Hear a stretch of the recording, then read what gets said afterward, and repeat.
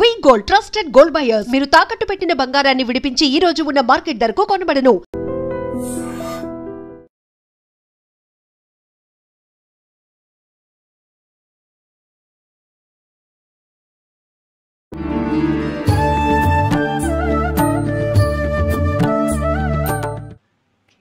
స్వామిజీ, ఎలాగూ అమ్మగారి ప్రస్తావన వచ్చింది కాబట్టి అమ్మగారే మీ గురువు అని చెప్పి విన్నాము. ఇందాక మీరు కూడా చెప్పడం జరిగింది మేనత్త, యోగిని మేనత్త గారి గురించి కూడా. వాళ్ళ గురించి మీ మాటల్లో ఒక రెండు మాటలు.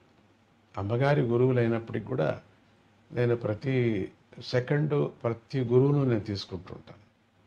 దత్తాత్రేయుని ఇప్పుడు 24 గురువులు ఆయన ఎట్లా తీసుకున్నారో నేను అంతకన్నా ఎక్కువ తీసుకున్నాను. నాది లెక్క ఎక్కువ అయిపోయింది. కానీ ప్రారంభం గురువు అమ్మనే నాకు.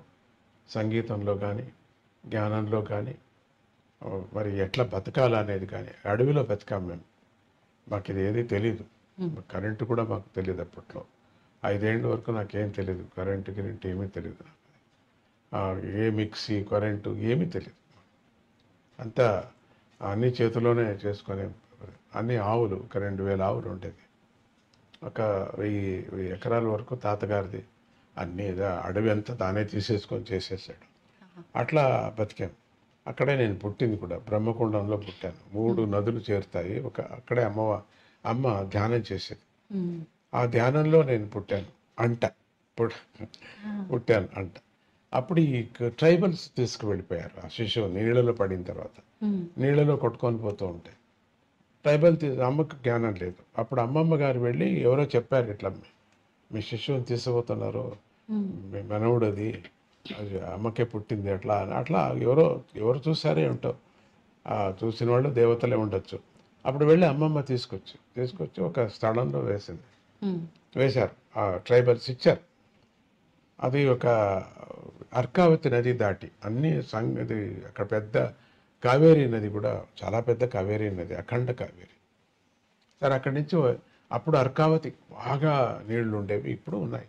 అక్కడి నుంచి తీసుకొచ్చి ఒక భూమి వాళ్ళు ఉండినటువంటి స్థానం దగ్గర వేశారట. ఇది అయిన తర్వాత 21 సంవత్సరాలు అయిన తర్వాత నేను చూడాలనిపించింది నాకు ఆ భూమిని. నేను పుట్టిన స్థలం చూడాలనిపించింది. భక్తులంతా ఒత్తిడి, మీ స్థలం చూపించండి, మీరు పుట్టిన స్థలం. వద్దయ్యా వద్దు అన్న వినలేదు. సరే, ఇటువంటి వాళ్ళు ఉంటారు కదా, సంతోష్ అటువంటి వాళ్ళు. సరే, వెళదాం. వెళ్ళి అక్కడ అడిగాను. ఇక్కడ దేవర్సి గౌడ అని అక్కడ ఆయన తీసుకుంటుంటాడు. బాగా వయసు అయింటుంది.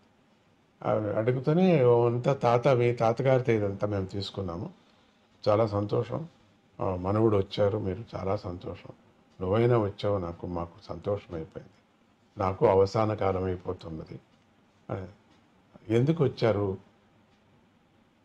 అంటే, ఏం లేదు, నేను పుట్టిన స్థలము అది చూసి అక్కడ ఒక స్తూపం కట్టాలా అని, ఒక పెద్ద స్తూపం కట్టాలని భక్తులు అపేక్ష పడుతున్నారు. ఓహో, నాకు ఇవ్వు కొంచెం, ఒక 40 అడుగులు మాత్రం ఉంటే. అంతే కదా, మీరు పుట్టిన స్థలం చూపిస్తారా, తీసుకువెళ్ళండి. అట్లా తిప్పారు. తీసుకువెళ్తే ఇక్కడ వేశారు.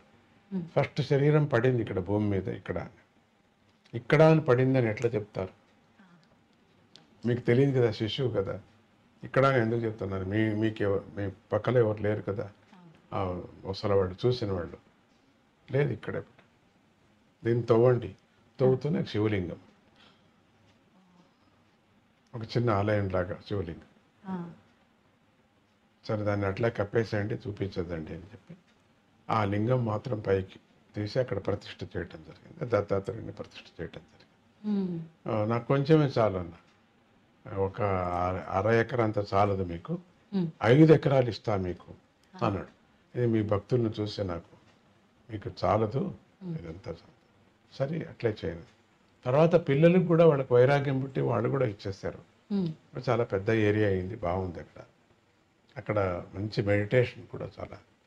ఆ అమ్మ నన్ను ఎప్పుడు కూడా తీసుకువెళుతూ ఒక వృక్షం కిందకి, ఆవిడ దత్త ఉపాసకురాలు, దత్తాత్రేయుడు యొక్క ఆ దత్తుడినే ఎప్పుడు కొలుసుకుంటూ ఉండేది.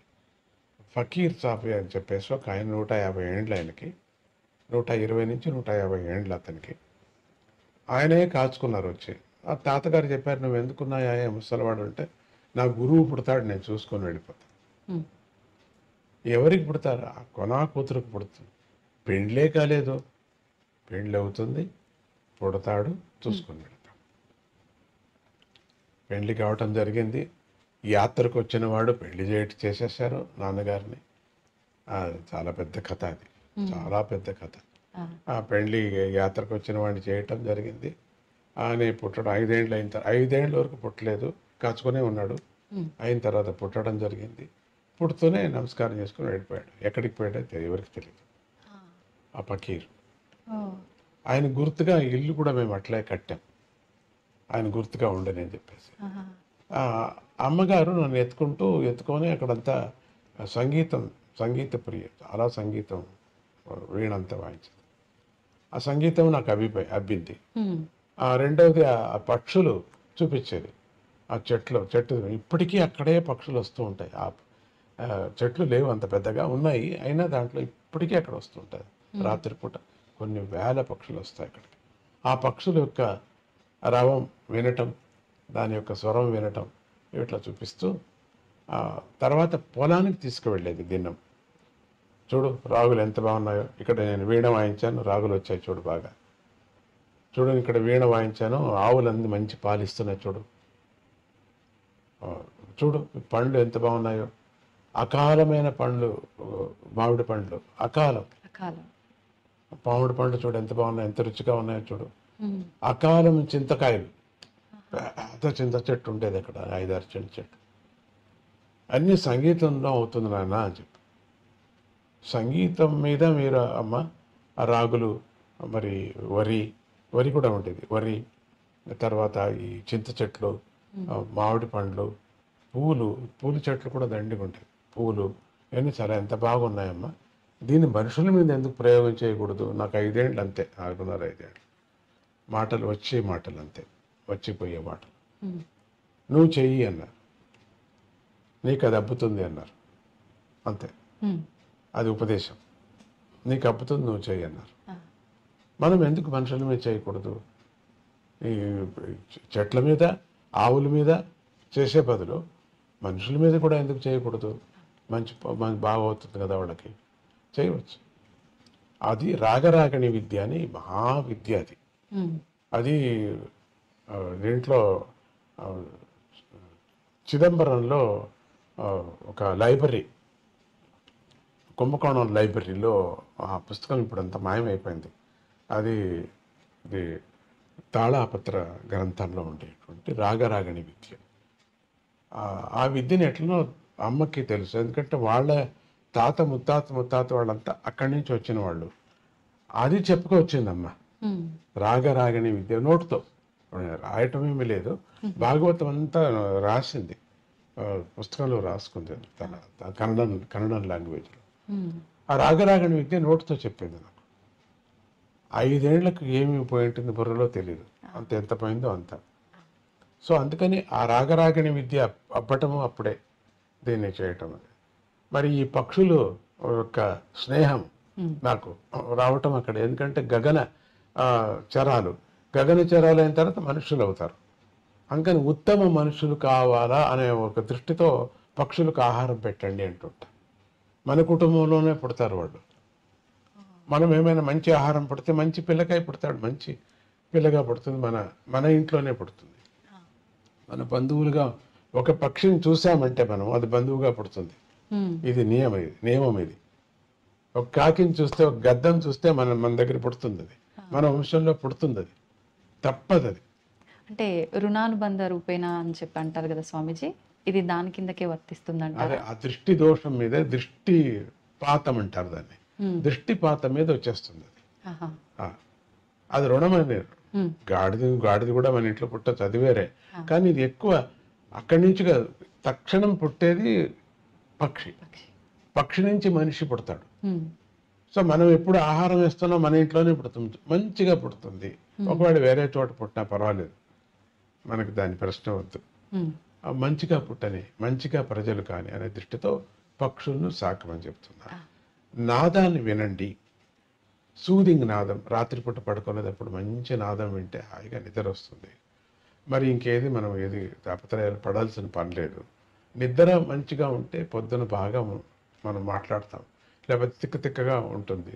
2 రోజులు నిద్ర రాకపోతే మనిషిని మనం మాట్లాడించడానికి అయ్యలేదు, బుద్ధి చెడిపోతుంది. అది పరమాత్ముడు ఇచ్చినటువంటి గిఫ్ట్. ఎవరైనా గొరకబెట్టి పడుకున్నారంటే నేను నమస్కారం చేస్తాను, వాళ్ళకి అదృష్టం. గొరక పెడుతున్నాడని తిట్టను నేను, వాళ్ళ యోగం అది అని, వాళ్ళ యోగం. లేకపోతే అట్లా రాదు వాళ్ళకి. అది అంత గొరక పెట్టి నిద్ర అనేది ఎవరికి కష్టం వచ్చేది. అట్లా గాఢ నిద్రపోతున్నారంటే ఎంతో అదృష్టము చేసుకున్నారు కాబట్టే అది రోగం కాదు. అది కొద్దిగా ఉండవచ్చు ముక్కులో, కానీ రోగం కాదు. స్వామిజీ, మేనత్త గారి గురించి కూడా 2 మాటలు. అమ్మా, మేనత్త గారి గురించి కూడా 2 మాటలు. మేనత్త గారు యోగా ఆవిడికి చాలా ఇష్టమైంది. రెండోది భగవద్గీత, యోగం, ఉపనిషత్తులు అంతా చెప్పుకునేది.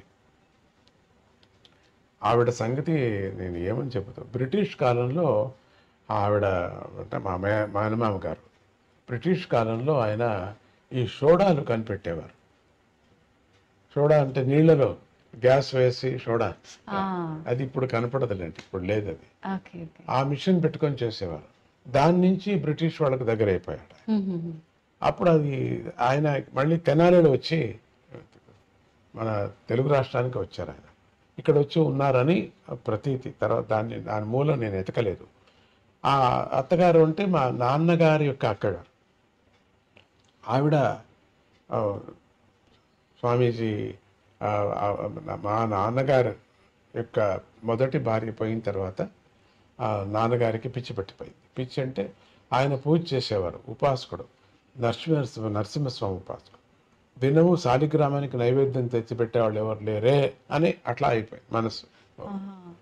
అప్పటి నుంచి అన్నీ వదిలేశారు వాళ్ళు. ఒక అర్చకత్వం కూడా చేసేవారు. వేదాంతినే, వేదం నేర్చుకొని పల్లెల్లో ఎవరు పురోహితులు లేరని పల్లెకి వెళ్ళి పెళ్ళిళ్ళు చేయించటము, గృహప్రవేశాలు చేయించటము, దాంట్లో వచ్చిన ధనాన్నంతా దానం చేసుకొని రావటం ఇట్లా జరిగి, గుర్రం మీద అమ్మగారు ఒకటి లోపలికి తీసుకురావటానికి, దానం తీసుకురావటానికి వీల్లేదు, అంతా ఇచ్చేసి రావాలా, స్నానం చేసుకొని రావాలా. అమ్మ అట్లా ఆ నియమం. పొలం ఉండేది, పొలం వచ్చేది బాగా. సరే, ఆ అత్తగారికి ఇట్లా అయిపోయిందే, పెద్ద భార్య పోయినప్పుడు తమ్ముడికి అని యాత్రలు చేయించింది అన్ని చోట్ల. మా నాన్నగారిని యాత్ర చేస్తూ బెంగళూరుకి వచ్చినప్పుడు బెంగళూరులో ఎవరో చెప్పారు, ఇక్కడ ఒక సంగమ క్షేత్రం ఉన్నది, అక్కడికి వెళితే మీ తమ్ముడికి పెళ్లి అవుతుంది, పిల్లలు పుడతారు, ఇట్లా అంతా ఒక గణపతి, నీ పేరేంటి, గణపతి నా పేరు అని చెప్పి వెళ్ళిపోయాడు. ఫస్ట్ బస్సు బెంగళూరు నుంచి అక్కడికి వెళ్ళటం, అదే మొదటి బస్సు. ఆ మొదటి బస్సులో వీళ్ళిద్దరు కూర్చున్నారట. ఈ పిచ్చి బ్రాహ్మడు అత్తగారు ఎదురు కూర్చున్నారు. వెళ్ళారు. వెళుతూనే ఆ బస్సు వాడు చెప్పారట, ఇక్కడ ఫస్ట్ టైం వస్తున్నాం మేము, కొద్దిసేపే ఆగేది, తొందరగా వచ్చేసేయండి అని. లేదు, స్నానం చేసుకొని వస్తామని. ఈయనకి నీళ్లు చూస్తే ఎక్కడ చూసినా నీళ్ల పిచ్చి తాతగారికి. నేను తాత అంటాను మా అన్నని. ఆయన స్నానానికి వెళ్ళాడు, ఇక జపానికి కూర్చున్నాడు. ఇంత పిచ్చి అయినా కూడా జపం అంతా అదంతా ఉంది, నిష్ట నియమం అంతా ఉంది. ఎంతసేపు అయినా రావటం లేదు, మాట్లాడుతున్నా రావటం లేదు. బస్సు వెళ్ళిపోయింది. ఇక అడవి, బస్సులు లేవు, ఎడ్లు బండ్లు లేవు, ఏమీ లేవు. అరే ఎంత పని అయిపోయింది ఈ అడవిలో, ఎట్లా ఇక్కడంతా ఏనుగు కనపడుతూ ఉందట. ఏనుగు ఇప్పటికీ నిన్న కూడా ఏనుగు వచ్చిందని న్యూస్ ఇప్పుడు నాకు. నిన్న కూడా ఆ ఇంటికి ఏనుగు వచ్చింది అని చెప్పేసి మా ఆశ్రమానికి. పులులు, ఏనుగు, అక్కడ పులులు ఏనుగులు ఏమి పోట్లాడేవి కాదు, ఇప్పుడు పోట్లాడు, జింకలు అన్నీ వచ్చేవి. అక్కడ అదే స్నానం చేస్తూ బస్సు వెళ్ళిపోయింది. వెళ్ళిపోతున్నా ఏం చేయటం, ఏమీ లేదే ఇక్కడ, తీర్థం లేదు, తిండి లేదు, ఏమిట్రా ఇట్లా అయిపోయింది. అత్తగారికి చాలా కష్టమైంది. చూస్తే ఒక దీపం కనపడుతూ ఉండిందట. అదే కొండలో దీపం కనపడుతుంది, చాలా దూరం కొండలో కనపడుతుంది అని ఎత్తుకుంటూ వెళ్ళారు. ఆ రోజు సాయంత్రం కలలో దత్తుడు కనపడి, ఈరోజు వచ్చేవాడిని నన్ను నాకు పెళ్లి చెయ్యి అని అమ్మ అనటం. ఆళ్ళ నాన్నగారికి అంటే మా తాతగారికి నాస్తికుడు, వచ్చి ఎవరు ఇక్కడికి ఎవరు రావడానికి వీల్లేదు, ఏ మగోడు ఉండటానికి వీల్లేదు. పని మనిషిని కూడా పంపించేశాడు. పంపించి అన్నీ బంద్ చేశాడు. గేట్ అన్ని బంద్ చేసేసాడు. రావటానికి వీలేదు. ఏది రాత్రి అయిపోతున్నది, ఏది ఎవరు రాలేదే అట్లా అని. వీళ్ళు ఈ అత్తగారు మా నాన్నగారు ఏం చేశారు, ఈ వెనక దొడ్డి నుంచి వెళ్ళారు లోపలికి. ఇంట్లో వెళ్ళిపోయారు. ఇంట్లో చూస్తే మగోడు, పిచ్చోడు. ఆ తాతగారికి ఆశ్చర్యమైంది, ఎక్కడి నుంచి మీరు ఎట్లా వచ్చారో అట్లా ఇట్లా. వెనక తట్టది తలిపోయలేదు, లోపలికి వచ్చాము. అదే మీరు బ్రాహ్మణులని తెలిసింది, ఈవిడికి తాపత్రయం, వీడికి బ్రాహ్మణులని తెలిసింది, మాకేదో ఒక అన్నం పెట్టండి అది వచ్చాం. మగవాడు వచ్చాడు కదా, రాత్రి లోపల వచ్చారు కదా మగవాడు, చూడండి.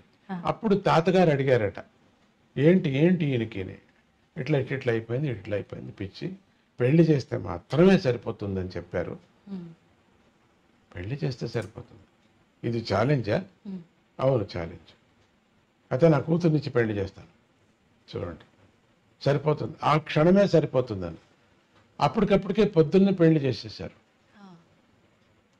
సరిపోయింది పిచ్చి. మీరేమంటారు? మీ టీవీ ఏమంటుంది చెప్పండి? సరిపోయింది పిచ్చి, సరిపోయింది. షాక్ అవుతాం స్వామీజీ. అది మా మేనత్త గారి యొక్క కృషి. ఆవిడ కూడా కొంచెం చిన్న ఉపాసకురాలు. దాంతో వాళ్ళకి 5 ఏళ్ళు అయిన తర్వాత ఈ బాలకుడు పుట్టడం జరిగింది. మిమ్మల్ని అంతా చూడాలి కదా, నేను మంచి కర్మ నాకు ఉంది, అంత కావాలి. సో అట్లా మా మేనత్ గారి యొక్క తర్వాత ఆవిడ దగ్గరే నేను కొన్ని రోజులు పెరిగాను.